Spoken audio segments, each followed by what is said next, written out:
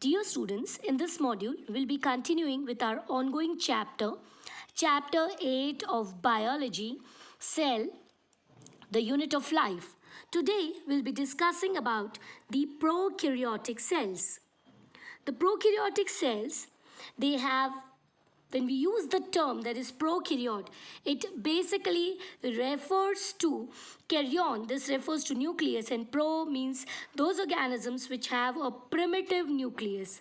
Thus, they have no membrane bound nucleus as well as lack membrane bound cell organelles. They have a primitive nucleus which is circular and that's lying naked in the cytoplasm, which is also referred to as the nucleoid.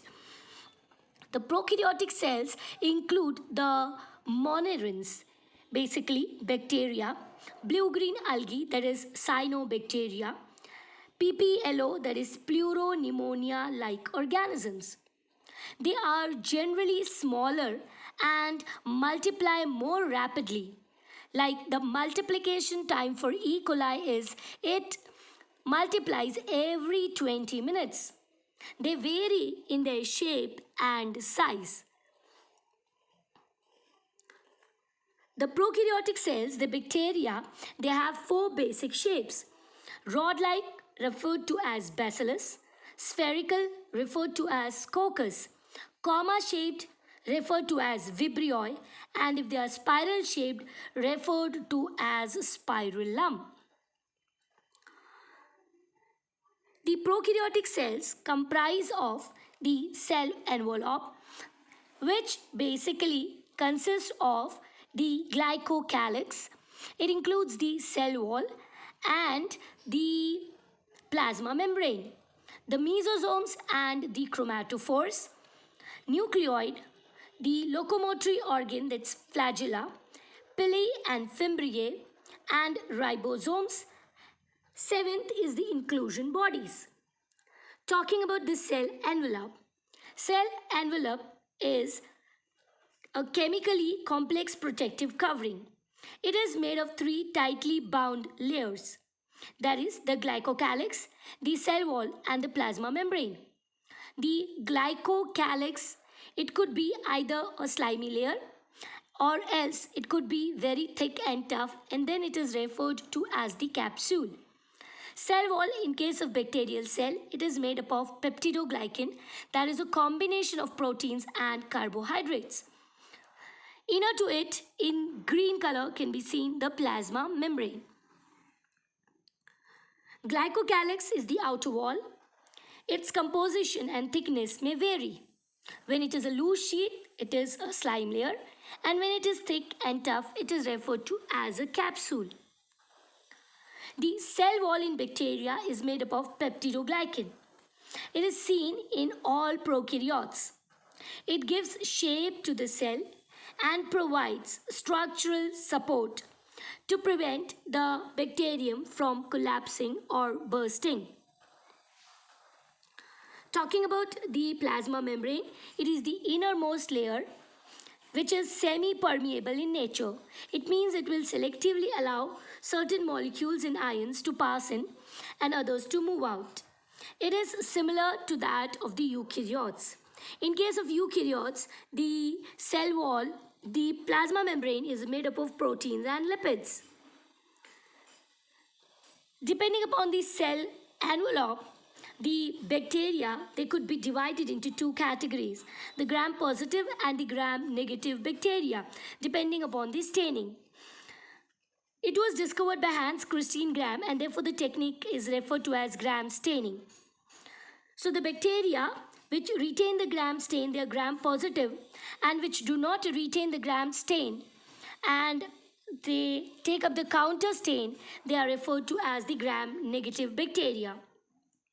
So here, when we talk about the gram-positive and the gram-negative bacteria, that is, we will take a Petri plate having the bacterial colonies in it. Firstly, we'll put the primary stain, which is crystal violet. Certain bacteria, they take up the crystal violet and they appear violet in color. They are the gram-positive bacteria.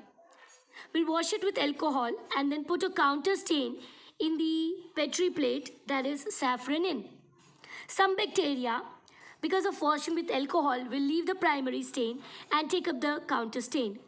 Now the counter stain was taken up by those bacteria in which the peptidoglycan layer, the composition, that means it was not that very tightly packed. So the two bacteria, they differed in the composition of the wall layer, and therefore one took up the primary stain, that is crystal violet and called as gram positive, and the other lost the primary stain and took up the counter stain, that is saffronin, and therefore appeared pink. One example of gram negative bacteria is E. coli, and a gram positive bacteria Staphylococcus aureus. Talking about the mesosomes, they are the infolding or the invagination of plasma membrane. They include the vesicles, tubules, and the lamellae. And the functions they play is to increase the surface area for respiration and secretion. They help in the process of DNA replication in cell wall formation. They help to increase the surface area for even the enzymatic activity. Chromatophores are basically the membranous structures which contain pigment. They are found in certain monerans which are photosynthetically active. They carry out photosynthesis by trapping the light energy.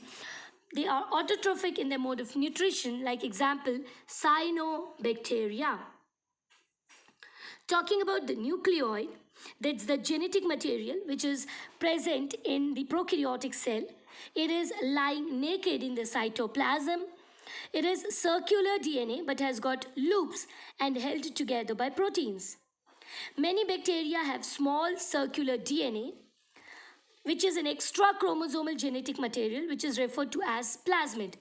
It confers some specific characteristics to the bacterial cell, like giving resistance to antibiotics. So in this module, we had discussed about the prokaryotic, some cell inclusions and some cell organelles, components of the prokaryotic cell. Hopefully, you must have understood the concepts thoroughly. Thank you.